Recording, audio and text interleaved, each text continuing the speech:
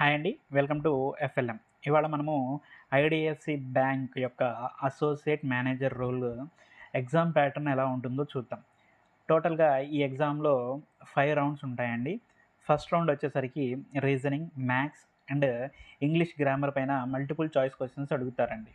So, next rounds ఏదైతే second and third rounds ఉంటాయో వీటిల్లో వీడియోస్‌ని కానీ, ఆడియోస్‌ని కానీ రోల్ ప్లేస్ లైక్ ఒక బ్యాంక్ మేనేజర్ కానీ, ఎంప్లాయీ కానీ కస్టమర్‌తో మాట్లాడుతున్నట్టు ఒక వీడియోని కానీ, ఆడియోస్‌ని కానీ ప్లే చేస్తారు. సో, ఆ కన్వర్జేషన్ బేస్ చేసుకొని అందులో బెస్ట్ అండ్ వరస్ట్ రెస్పాన్సెస్‌ని మనము చేసుకోవాల్సి ఉంటుంది.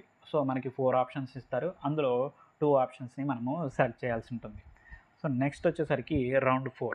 ఈ రౌండ్ 4లో మనకు ఒక టాపిక్ ఇస్తారు. ఆ టాపిక్ పైన ఎస్సే రాయాల్సి ఉంటుంది. ఈ ఎస్సే వచ్చేసరికి 350 వర్డ్స్ మినిమమ్ ఉండాలి. దానికి 20 మినిట్స్ టైం ఇస్తారండి. నెక్స్ట్ వచ్చేసరికి రౌండ్ 5. ఈ రౌండ్ 5లో కొన్ని క్వెషన్స్ ఉంటాయండి. ఆ క్వెషన్స్‌కి మనము ఆన్సర్‌ని రికార్డ్ చేసి ఇవ్వాల్సి ఉంటుంది. సో, ఒక్కొక్క ఆన్సర్‌కి 2 మినిట్స్ టైమ్ లైన్ ఉంటుందండి.